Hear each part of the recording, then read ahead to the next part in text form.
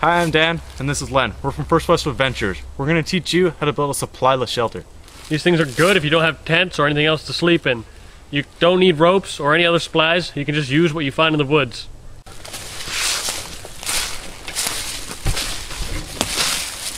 First thing you want to do is you want to get all your brush. You want a lot for your bed, about this much, because it's going to come back into a little bit, and then you need a lot for your roof.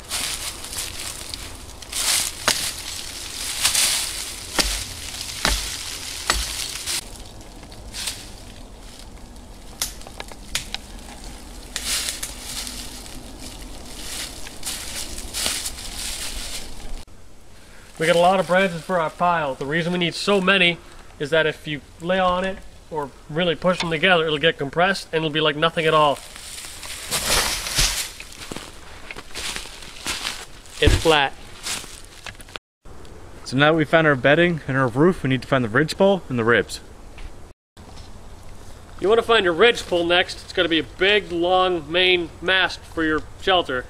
It needs to be a minimum of 12, probably more, feet to keep you laying in there comfortably, and it's going to be at a slant, so it'll make it longer. So now you need to find the right spot for your shelter. Right here is nice and flat, and there's barely any roots or any rocks. It's going to be nice and comfortable. And you need to have a tree that has like a V in it, so that your ridgepole can fit right into it.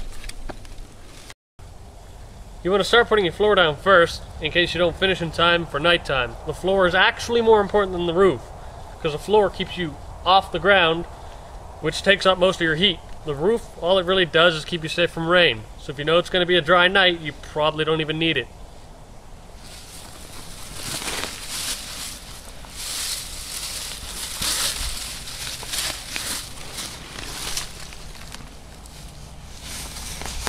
As you can see, the flooring's at least 2 feet tall, because when I lay on this, it's going to go straight down and put me closer to the ground than before. So now you got the basic structure of your shelter. You get your ridgepole, your flooring, and your ribs. Now it's time for the roof.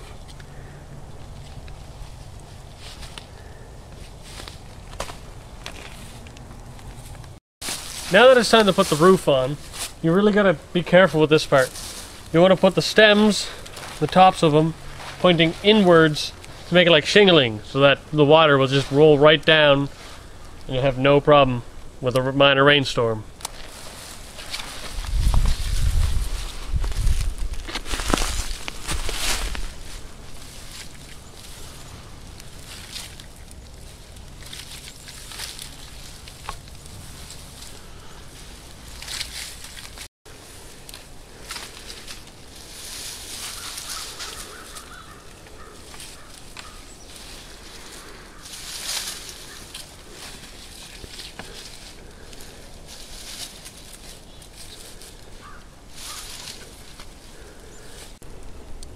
Now we need to get some leaves. Put it all on top. That'll make more so the rain doesn't go through. Birch bark's a great easy roofing. It comes off your logs. If it's dead, it's big and relatively waterproof.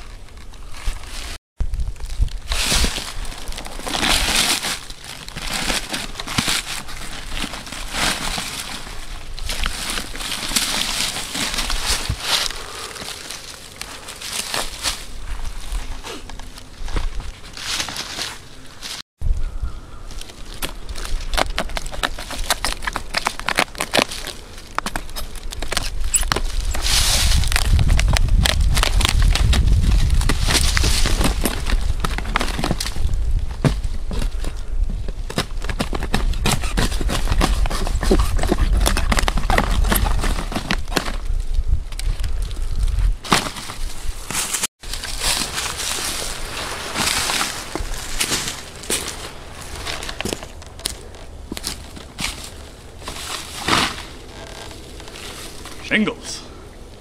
When you're placing your birch shingles, leaves, or other debris, you want to try and make sure there's not too many gaps for the water to get in. It'll start leaking, and that's no fun.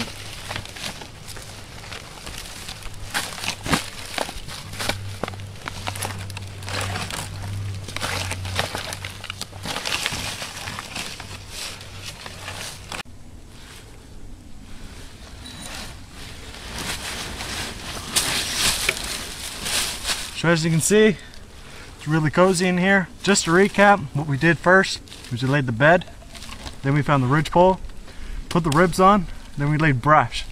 After the brush, we made shingles out of birch bark. Over the birch bark, we put more brush, leaves, and just regular debris.